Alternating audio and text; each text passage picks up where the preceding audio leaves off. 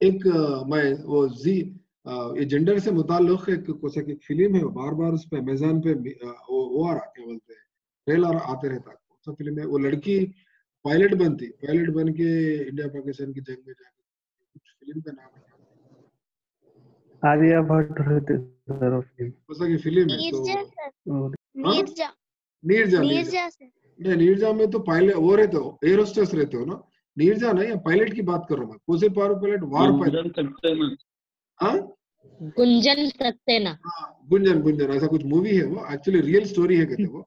मैं एक्चुअली जितने भी फिल्में देखता हूँ रियल स्टोरी बेस्ड मूवीज ही देखता हूँ मैं एक्चुअली, ओके ना। तो आप लोग हो सका तो ट्राई करो, मैं हो सका तो लिंक भेजता हूँ ग्रुप में, वॉच करो, ठीक है ना। तो इस तरह से ये जेंडर के पे क्वेश्चन था। नेक्स्ट टॉपिक इंडिविजुअल डिफरेंसेस है हमारा। इस बार अगर 40 मिनट से क्लास खत्म हो गई तो क्लास बंद कर देंगे, बाकी कल देख लेंगे। इंडिविजुअल डिफरेंसेस बोल क्या था? इंडिविजुअल डिफरेंसेस पे सबसे पहले स्टडी करने वाले कौन है हमारे पास इंडिविजुअल डिफरेंसेस पे? Sir Francis Galton. Sir Francis Galton individual differences पे स्टडी करे, बल्कि मैं एक बार क्लास में आपको वो भी दिखाया था, क्या बोलते हैं उसको, मैं आपको दिखाता हूँ क्या, अगर आप देखना चाह रहे हैं, इंटरेस्टेड है? जी हाँ सर। जी सर, इंटरेस्टेड है। इंटरेस्टेड है। अब सुबह मेरे को ड्यूटी है, अब वो टेंशन लगा मेरे को, अब सुबह की तैयारी है कल। फिर एक मिनट जी सर।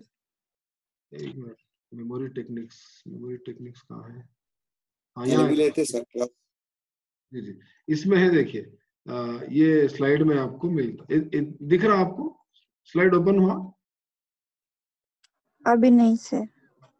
एक मैं मेमोरी टेक्निक्स बोल के क्लास लिया था, कैसा याद रखना बोल के, कैसा याद रखना, क्योंकि हमारे पास सबसे बड़ा बीमारी क्या है हमारे पास, ये सीटेट एग्जाम लिखने वाले, टीचर के कॉम्पिटेटिव एग्जाम लिखने वाले, कोई चीज पढ़ते बार याद नहीं रहती अपने को एक्चुअली। तो कैसा याद रखना बोल के एक सेशन लिया था मैं डाइट के बच्चों को, तो उसमें यहाँ पर जिक्र करा था मैं, मेमोरी क्या है, रिमेम्बरेंस क्या है। देखो यहाँ पर एक बात बोला था मैं, आप और करके देखो, आपकी टोटल पूरी कामयाबी किसके ऊपर मुनसिर है बोल के लिख दिया मैं यहाँ पर? Memory. Your success depends on your memory. Screenshot ले लो, रख लो। हाँ, हो सका तो आप वॉलपेपर पे भी रख लो, मेमोरी पे। मेमोरी आपकी अच्छी रहना बोले तो आपके पास टेंशन नहीं रहना दिमाग में, ज्यादा 25 टेंशन नहीं रहना। अब इसके दिमाग में देखो, इन्हें फुटबॉल भी खेलता करते, बर्थडे पार्टी भी करता करते, राकेट उड़ाता करते, तारे बनाता करते, चांद बनाता करते, जूते पहनता है, जूते मारा खाता नहीं मालूम, या लड़की की है, लड़के की फोटो है, सेब भी है उसके दिमाग में, म्यूजिक भी है, गाने भी सुन रहा उन्हें, हिसाबा सही नहीं कर रहा, बॉल खेल रहा, 25-50 आने का तो कहाँ है हमारा मेमोरी पूरी खराब हो जाती है। मेमोरी कैसी रहना बोलते हो, सिर्फ एक ही चीज को स्टोर करते रहना, वो है सीटेट का प्रिपरेशन। अब ज्यादा उसको वो नहीं करना दिमाग को। तो बहरहाल इसमें मैं वो स्टूडेंट्स को, हमारे डाइट के स्टूडेंट्स को, हाफिजा क्या है और हाफिजा किसको बोलते हैं बोल के उस वक्त बोला था मैं। ये देखो, देख रहे हैं फ्रांसिस गाल्टन, क्या है किताब का नाम? फ्रांसिस गाल्टन की किताब का नाम क्या है ji? Inquiries into human faculty and development. किताब लिखे थे, एक किताब थी इनकी। और ये हरमन एबिंगहॉस है। एबिंगहॉस मेमोरी पे ज्यादा काम करता है एक्चुअली। किताब का नाम मेमोरी है, 1880, ठीक है ना।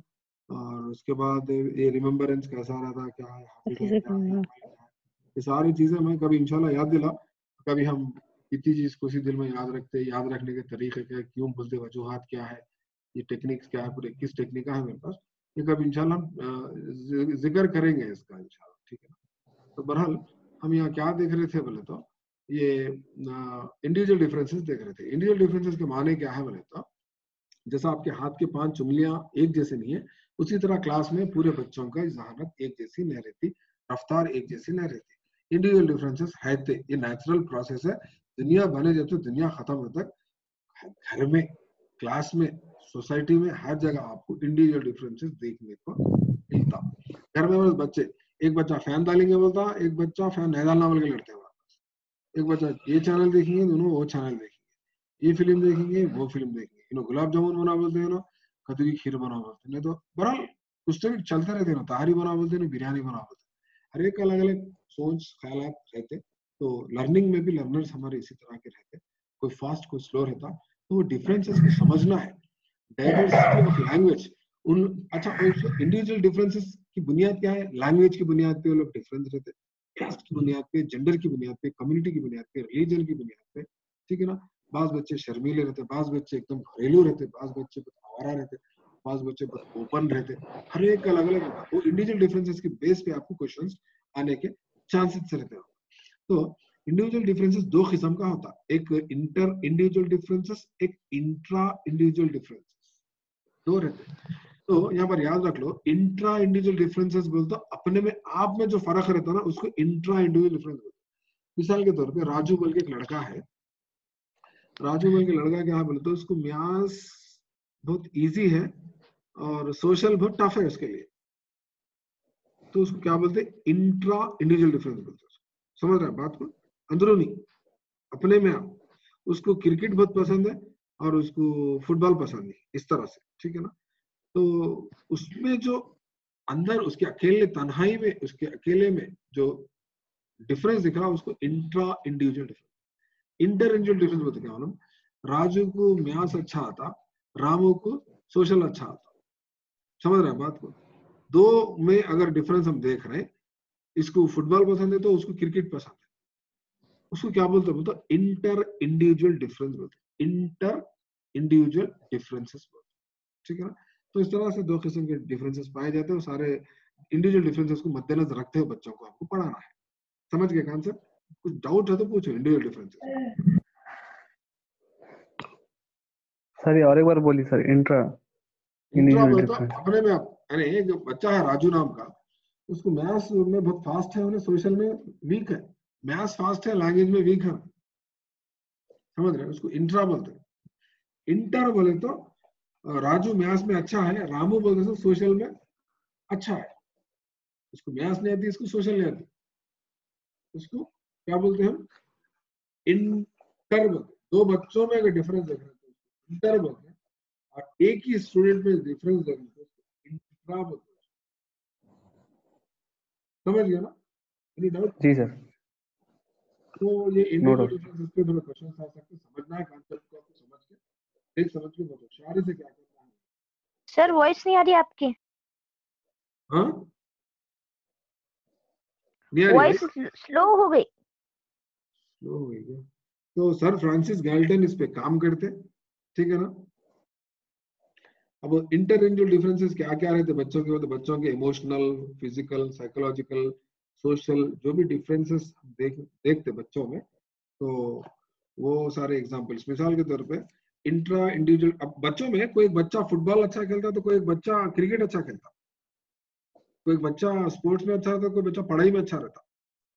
अब वो पढ़ाई में जो अच्छा नहीं है उसको दे मार रहे हैं टीचर, जो पढ़ाई में अच्छा नहीं है उसको खूब मार रहे हैं, जो खिलाड़ी है उसको भी मार रहे हैं, तो खेलना खेलने आता बदमाश थे, वो पढ़ने नहीं आता कल के मार रहे हैं। उनको ये नहीं मालूम, जमील सर की क्लास अटेंड नहीं करे उस दिन दावत में गए, तो उनको इंटर इंडिविजुअल डिफरेंसेस है थे क्लास, बल्कि नहीं मालूम उनको। उन्होंने किताब लिखते सर फ्रांसिस गैल्टन, क्या बोल के? An inquiry into human faculty, बल्कि बुक लिखते हो ना 1883 में सर फ्रांसिस गैल्टन। अभी आपको फोटो की किताब भी दिखाया मैं, सॉरी किताब की फोटो भी दिखाया आपको, देखे होंगे आप लोग। तो father of the individual differences भी बोलते हैं उनको, सर फ्रांसिस गैल्टन, वो भी याद रख लो। साइंटिफिक स्टडी कर रहे थे इंडिविजुअल डिफरेंसेस पे, कौन? Sir Francis Galton. गॉल्टन। और इंट्रा इंडिविजुअल डिफरेंसेस बोले तो इंसान में पाए जाने वाली एक ही लेवल पे, उसके अंदर खुद ब खुद, उसके अंदर लैंग्वेज को लेके, या तो इमोशंस को लेके, या तो अखलाकियात मॉरलिटी को लेके, या तो सेक्सुअल डेवलपमेंट को लेके, उसमें जो पाए जाने वाले, मिसाल के तौर पे जाम बल्कि एक लड़का है, उन्हें जितना मैथ्स को चाहता, लैंग्वेज को उतना पसंद नहीं करता। या तो कोई एक राजू बल के जो लड़का है, उन्हें लैंग्वेजेस बहुत पसंद है उसको, मगर उसको मैथ्स पसंद नहीं है, उसको मैथ्स टफ दिखता है उसको, तो वो क्या है? Intra individual. इंट्रा तो है। हाँ, तो आपको कल सीटेट पे क्या क्वेश्चन आ सकता, इंडिविजुअल डिफरेंसेस के रीजंस क्या है पूछता। अगर आप लिख रहे हैं तो लिख लो, या सुन रहे हैं तो सुनो, क्लास वैसे भी रिकॉर्ड हो रही है। क्या क्या रीजन है इंडिविजुअल डिफरेंसेस के बोलते? तो एक है हेरिडिटी, दूसरा है माहौल, एनवायरनमेंट, तीसरा क्या है? एज की बुनियाद पे भी बात बच्चों में अलग अलग सोच ख्याल पाए जाते। चौथा है जेंडर, कोई मेल क्या बोलता बोले तो, सर आज हम स्पोर्ट्स का प्रैक्टिस, स्पोर्ट्स के लिए ग्राउंड को जाएंगे बोलता, फीमेल क्या होता है, नको नको सर, ग्राउंड को नहीं जाएंगे हम यही रूम में बैठ के कुछ मेहंदी डिजाइन वगैरह कुछ सीख लेंगे, ऐसा और एक अलग अलग है। यानी तो फिर नेशनैलिटी के ऊपर भी इंडिविजुअल डिफरेंसेस आता है, सोशल यानी तो इकोनॉमिकल स्टेटस पे भी क्या होता है बोलते बच्चों में इनफरादी इख्तिलाफात पाए जाते हैं, ठीक है ना। इसके रीजंस है एक्चुअली, ठीक है ना, और उनके वैल्यूज और उनके इंटरेस्ट। हाँ बोलिए सर और एक बार बोलो। कौन सा? यही जो डिफरेंस है सर, हेरिडिटी, जेंडर। हाँ, वो उसके रीजंस क्या है बोले तो सबसे पहले हेरिडिटी, दूसरा है एनवायरनमेंट, तीसरा है एज, चौथा है जेंडर डिफरेंसेस, और पांचवा है नेशनलिटी। कभी कभी एप्लीकेशन में नेशनलिटी, कैस्ट, रिलीजन लिखते हैं ना, वो भी एक कभी कभी क्या होता है इंडिविजुअल डिफरेंसेस में काम करता है, ठीक है ना। हम कभी कभी बोलते देखो, अरे वो कौम बहुत होशियार है, ये कौम बहुत पागल है, अरे वो कौम, अब नाम ले लो तुम्हें, ये क्लास रिकॉर्ड हो रही, कभी कभी बोलते हैं हम, अरे वो कौम बहुत होशियार है, बोलते यही है वो इंडिविजुअल डिफरेंस। ये कौम होशियार नहीं है, वो लोग होशियार नहीं है, वो जात होशियार है, ये जात होशियार नहीं है। ये सोशल सिचुएशन यानी तो इकोनॉमिकल कंडीशन भी कभी कभी इंडिविजुअल डिफरेंसेस पे असर दिखाता है, ठीक है ना। और साथ ही साथ कौन से एरियाज है, कौन से मैदानों में बच्चे ये डिफरेंसेस दिखाते बोले तो सबसे पहले हमको डिफरेंस कहाँ दिखता होगा तो बच्चों में इंटरेस्ट में। बाज बच्चे बोलते प्रैक्टिकल्स करेंगे बोलते, बाज बच्चे बोलते नक्को बोलते, बाज बच्चे डिजिटल क्लास में जाएंगे सारा बोलते, बाज बोलते नक्को सब डिजिटल क्लास में पढ़ लेंगे। इंटरेस्ट, दूसरा है एटीट्यूड, तीसरा है वैल्यूज, और वैल्यूज उसके बाद फोर्थ है उनका क्या बोलते हैं उसको, उनकी क्या बोलते हैं उनके थिंकिंग बोल सकते हैं, बच्चों की फीलिंग्स, ठीक है ना, बच्चों के थॉट्स, और कॉन्फिडेंस, और एक्सरसाइज, परफॉर्मेंस, इंटेलिजेंस, और क्या बोलते नेचुरल एबिलिटी, ठीक है, एप्टीट्यूड, क्रिएटिविटी, इन सारे चीजों से आप क्या कर सकते हो बोलते बच्चों में इंडिविजुअल डिफरेंस है या नहीं है पहचान सकते हैं। अब समझो एक बच्चे की क्रिएटिविटी, किसी की क्रिएटिविटी कम रहती, किसी की क्रिएटिविटी ज्यादा रहती, ठीक है ना। तो ये था इंडिविजुअल डिफरेंसेस के बारे में। देन यहाँ ऑलरेडी आपका यहाँ सब ये दिया होगा आपके बुक में या आपके सिलेबस में भी दिया। देखो डिफरेंसेस बेस्ड ऑन डाइवर्सिटी बोल के दिया ना, लैंग्वेज, कास्ट, जेंडर, कम्युनिटी। ये सेंसस में रिलीजन भी लेते, साथ ही साथ उनका परफॉर्मेंस क्या है वो भी देखते। तो बहरहाल यहाँ पर क्या हुआ, हमारे पास सच्चार कमेटी की रिपोर्ट में क्या दिखाया गया आपने तो मुस्लिम में लिटरेसी रेट एससी दलित से भी कम है बल्कि रिपोर्ट आई थी। इसलिए हमारे केसीआर साहब क्या कर रहे होते केजी टू पीजी के प्रोजेक्ट में फ्लैगशिप में क्या कर रहे होते टूरिस्ट कायम करें ताकि मुस्लिम माइनॉरिटीज या दीगर माइनॉरिटीज जो भी है बुद्धिस्ट, जैनिस्ट वगैरह, क्रिश्चियंस, उनको भी अच्छी तालीम मिलना, वो लोग भी आगे बढ़ना, सब समाज में सब लोग आगे बढ़ना, सब लोग तरक्की करना बोल के टिमरीज के इदारे खोले। मगर बाज लोग क्या समझ रहे हैं बोलते उसको अलग समझ रहे हैं उसको, अरे ऐसा कैसा बना, ऐसा कैसा कुछ भी नहीं है, अच्छा छुआ, हम उसको सपोर्ट करना, सब लोग चाहना इदारों को तरक्की करना। एक जमाने में सर सैयद अहमद खान भी अलीगढ़ मुस्लिम यूनिवर्सिटी में ओरिएंटल जब कॉलेज खोलते उनके भी बारे में कई लोग तनकीद करे, कई लोग उनको तोहमत लगाए, हालांकि उन अंग्रेजों के साथ थे। थोड़ा बहुत अंग्रेजी पढ़ना करना सीखना उनके माहौल में हम सीखना, क्योंकि हमको आगे बढ़ना है, हमको ये दुनिया को भी चाहना न बल्कि दुनिया को भी छोड़ना नहीं है अपने को, ठीक है ना। तो दो भी रहना, ये भी रहना वो भी रहना, आगे बढ़ना है अपने को, हम खुद सिखाना है, हम इकरा भी इसमें रखते हैं, हमको पढ़ना है, पढ़ाना है, सीखना है, सिखाना है, यही हमारा काम है, ठीक है ना। तो आगे बढ़ते देखेंगे हम distinction between assessment for learning, assessment of learning. ये देखो परसों कोई अटेंड करे थे मेरी क्लास या नहीं करे थे मेरी क्लास में नहीं मानो, उस वक्त मैं आपको असेसमेंट क्या है, एवोल्यूशन क्या है, दो बातें बोला था। उसके बाद फिर असेसमेंट फॉर लर्निंग क्या है, असेसमेंट ऑफ लर्निंग क्या है बोला था। नहीं सर और एक बार बोल दो तो शॉर्टकट में जल्दी जल्दी बोलो। जी सर। Yes sir. हाँ साहब बोलो साहब। हाँ, ये देखो सबसे पहले मैं आपको असेसमेंट में और इवैल्यूएशन में डिफरेंस क्या है स्क्रीन पे दिखा रहा हूँ, दिख रहा स्क्रीन पे? Yes sir. ले लो असेसमेंट। हाँ, असेसमेंट क्या है बोल तो ऑनगोइंग प्रोसेस है एक्चुअली। असेसमेंट ऑनगोइंग प्रोसेस है। फॉर एग्जांपल फॉर्मेटिव असेसमेंट, अब दौरान तदरीस जो आप बच्चों को टेस्ट करते हैं ना वो असेसमेंट है। एवैल्यूएशन क्या है, क्लोजिंग है। एवैल्यूएशन क्या होता है, आखिरी में करते आप एवैल्यूएशन, जजमेंट रहता है उसमें।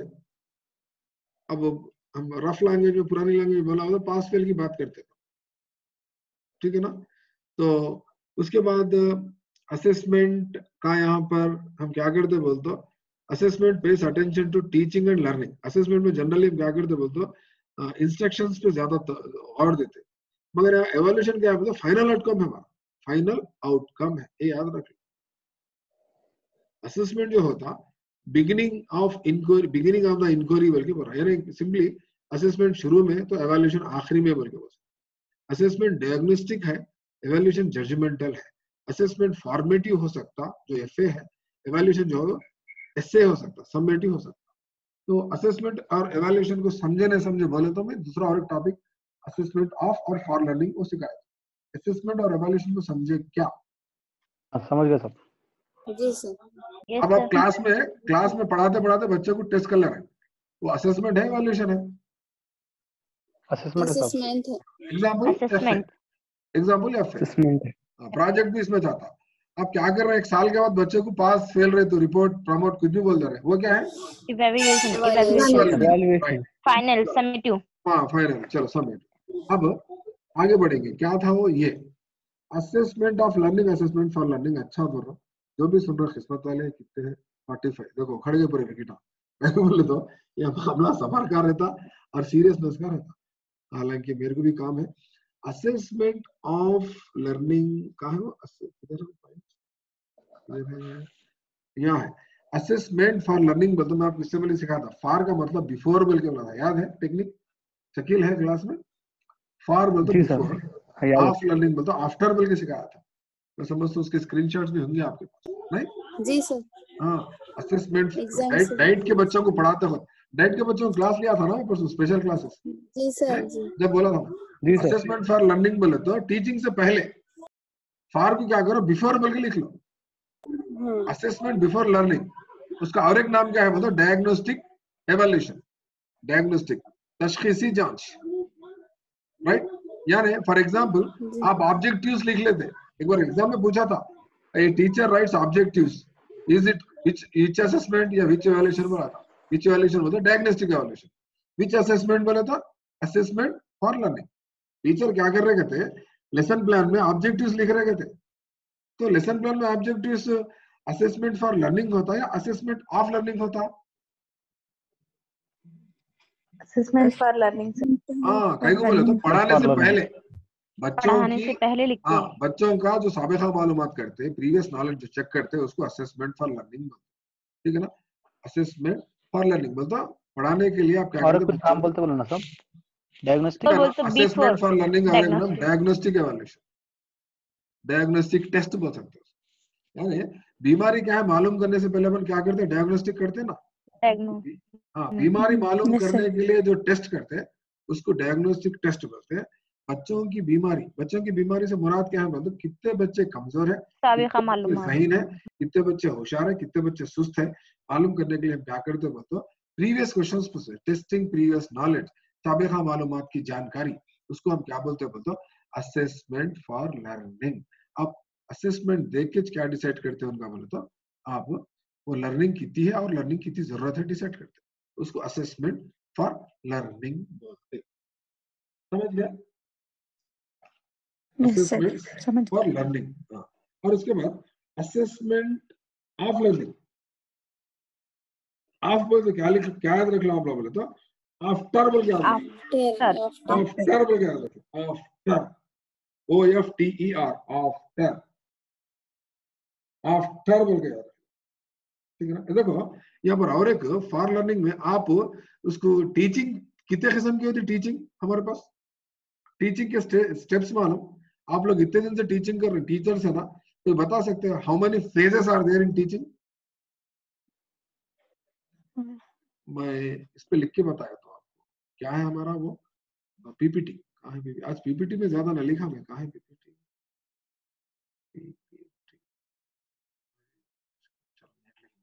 पीपीटी, एक नया पीपीटी ले लेता हूँ। देखो ब्लैंक पीपीटी दिख रहा है आप लोगों को? ब्लैंक पीपीटी स्टार्ट हो रहा सर अभी। हाँ, blank PPT, phases of teaching. नहीं दिख रहा सर, नहीं दिख रहा? देखो फेजेस ऑफ टीचिंग, वन क्या है बोले तो अब दिख रहा? दिख रहा जी सर, सर। दिख रहा। फेजेस ऑफ टीचिंग फर्स्ट क्या है बोलते प्रीफेस टीचिंग, प्रीफेस टीचिंग, ठीक है ना। नंबर 2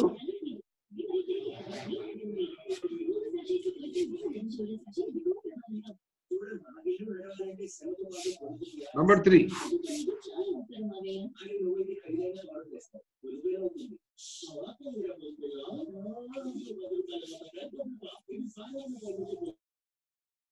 कितने की टीचिंग के phases? Preface teaching, interactive teaching, 3। Post face teaching. तो यहाँ पर लिख लो आप ओके सर। इसको असेसमेंट फॉर लर्निंग, ये इसका रखना डायग्नोस्टिक।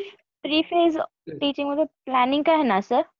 प्रीफेस टीचिंग क्या है बोले तो before instruction, before teaching, planning, writing lesson plan, writing objectives and specification, writing objectives and specifications, preparing lesson plan,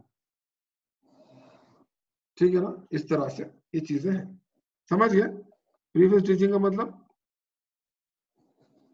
ji sir. उसके बाद इंटरैक्टिव टीचिंग, इंटरैक्टिव टीचिंग का मतलब during the instructions, during the teaching, ठीक है ना, during the teaching. इसको क्या बोलते हैं? इसको हम और क्या बोल सकते हैं? इसको फॉर्मेटिव असेसमेंट, फॉर्मेटिव असेसमेंट बोल सकते हैं उसको। और क्या बोल सकते हैं यहाँ पर? और क्या करते हैं हम क्या करते हैं यहाँ पर? Using TLMs, TLMs preface teaching में यूज करते हैं, पोस्ट फेस टीचिंग में यूज करते हैं, इंटरैक्टिव टीचिंग में यूज करते हैं, इंटरैक्टिव हाँ। टीचिंग। और क्या करते हैं यहाँ पर? और क्या करते हैं हम? हमारे टीचिंग को मॉडिफाई करते हैं, we can modify our teaching. हम क्या कर सकते हैं? हमारी टीचिंग को मॉडिफाई कर सकते हैं, प्रीफेस में, पोस्ट फेस में। हम पढ़ा रहे हैं, बच्चों को समझ में नहीं आ रहा तो हम टीचिंग के मेथड को चेंज कर सकते हैं, टेक्निक को चेंज कर सकते हैं, आप मॉडिफाई कर सकते हैं। आपको सीटेट में कहा था, implementation. A teacher can modify her teaching in which phase बोले तो आप क्या लिखना? Post phase interactive teaching. Teaching. Post phase teaching बोले तो पोस्ट फेज टीचिंग,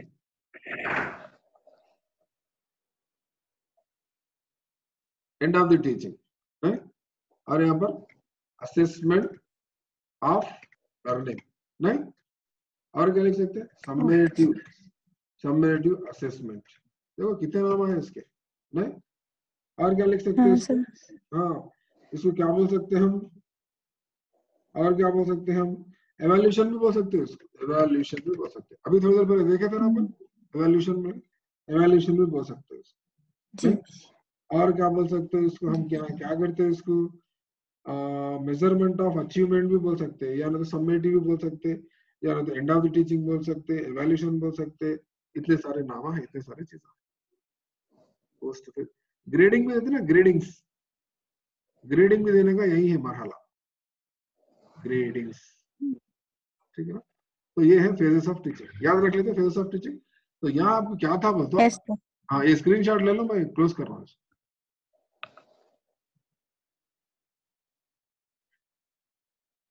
एक सीटेट में क्वेश्चन आया था, पूछो। पूछो sir. Ji sir.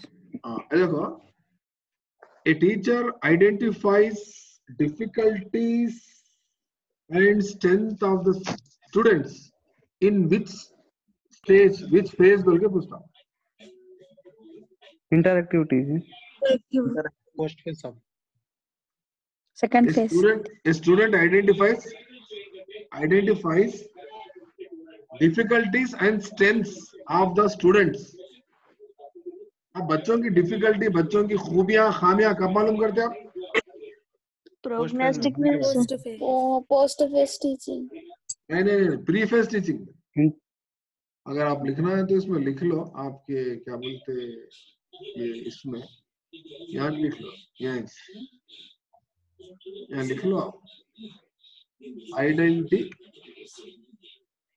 identifying strength and weakness of the students.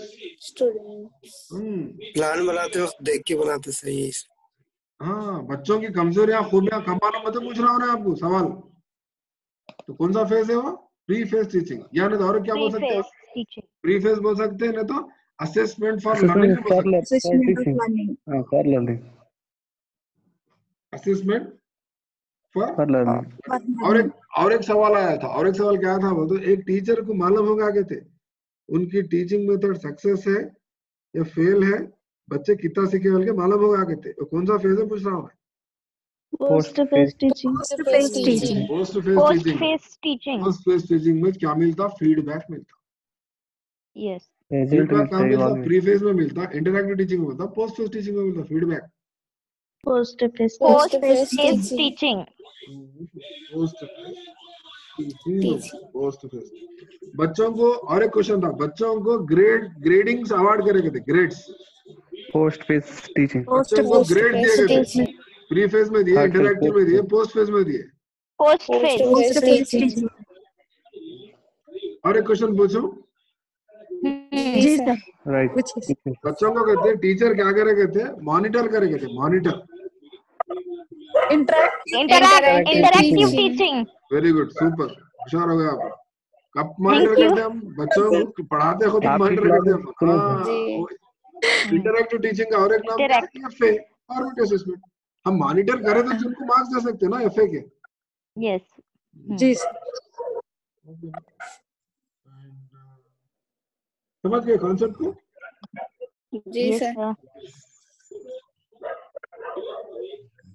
और एक क्वेश्चन पूछूं? Yes sir. एक टीचर क्या करे कहते हैं? बच्चों को सर्टिफिकेट दिए गए थे, सर्टिफिकेट्स दिए गए थे, सर्टिफिकेट्स दिए गए थे उन लोगों को। प्रोग्रेस रिपोर्ट दिए गए थे, प्रोग्रेस रिपोर्ट। हाँ, तो पोस्ट बेस है या उसका और एक नाम क्या है? सबमेटिव है।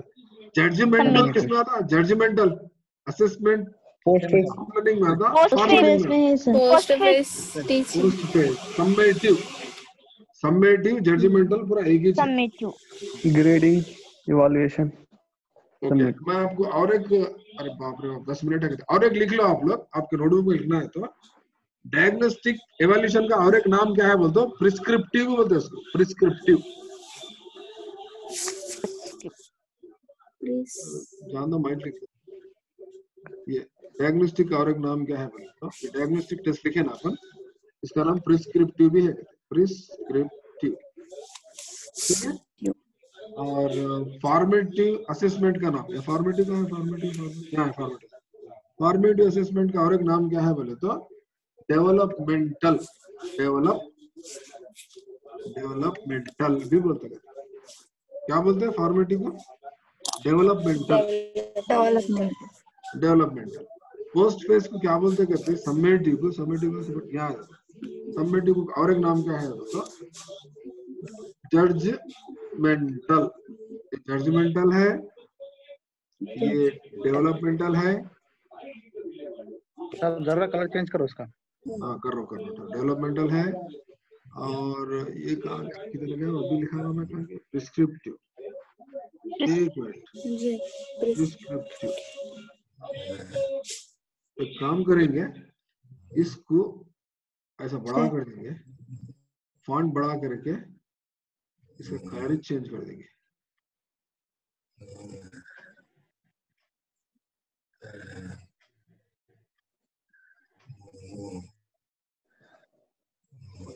वराटे मार रहे हैं उनके, राइट? वराटे मार, राइट? हाँ, ये फेजेस ऑफ टीचिंग ले लिए स्क्रीनशॉट? एक मिनट सर। चलिए क्या? अब ले लिए? Yes sir. देखो कितने चीजों सीख लिया ना आप। एक लाइन में 25 कहानियां हैं इसमें। Prescriptive, diagnostic, assessment for learning, ठीक है ना? देखो फार तो कैसा याद रखना? प्रीफेस का मतलब क्या है? सर एक मिनट, बिफोर सर ये बिफोर, फॉर से बिफोर बिफोर के अंदर ये फार है, बिफोर के अंदर फार है ना जी, ये फार को, जी सर है सर। ये फार को याद रख लेना, असेसमेंट ठीक है ना। और ऑफ लर्निंग है ना, पोस्ट बेस्ड टीचिंग का मतलब क्या है? आफ्टर आफ्टर, आफ्टर, ये आफ्टर में ऑफ है ना, एक्चुअली आफ्टर किस कौन से कलर से लिखते हैं अपन? आफ्टर एक्चुअली ए से लिखते हैं, नहीं? अल्फाबेट। और इस बार मेरे लिए क्या करो, सीटेट का एग्जाम होने तक ओ से लिखो आप। ओ अच्छी ना होशियारी, हाँ यस सर। क्या दिमाग है, टेक्निक ग्रेट, बहुत होशियार हो गए आप लोग, साहब के स्टूडेंट आप पूरे होशियार हो जा रहे हैं। आपकी बदौलत सर, शुक्रिया सर। बहरहाल सीटेट का पैरा ऊपर करना है, टेक्निक का क्या भी करना है, याद रखना है अपने को पूरा। Your success is purely depend upon your memory. अभी थोड़ी देर पहले बताया ना मैं, आपकी पूरी क्या बोलते कोशिश किस पे बोलता, आपकी याददाश्त पे है। और आपकी याददाश्त पूरी किस पे डिपेंड है, कोई बता सकते हैं? याददाश्त अच्छी आपकी कामयाबी आपकी IQ आपकी कामयाबी आपकी याददाश्त पे डिपेंड है, तो फिर आपकी याददाश्त किस पे डिपेंड है? नहीं नहीं नहीं, लिख लो। Your memory is purely, memory is depend on your emotions, emotions. Okay sir. लिख के बताया तुम, कौन की मैसेज दिए तो लिख के बताओ सर,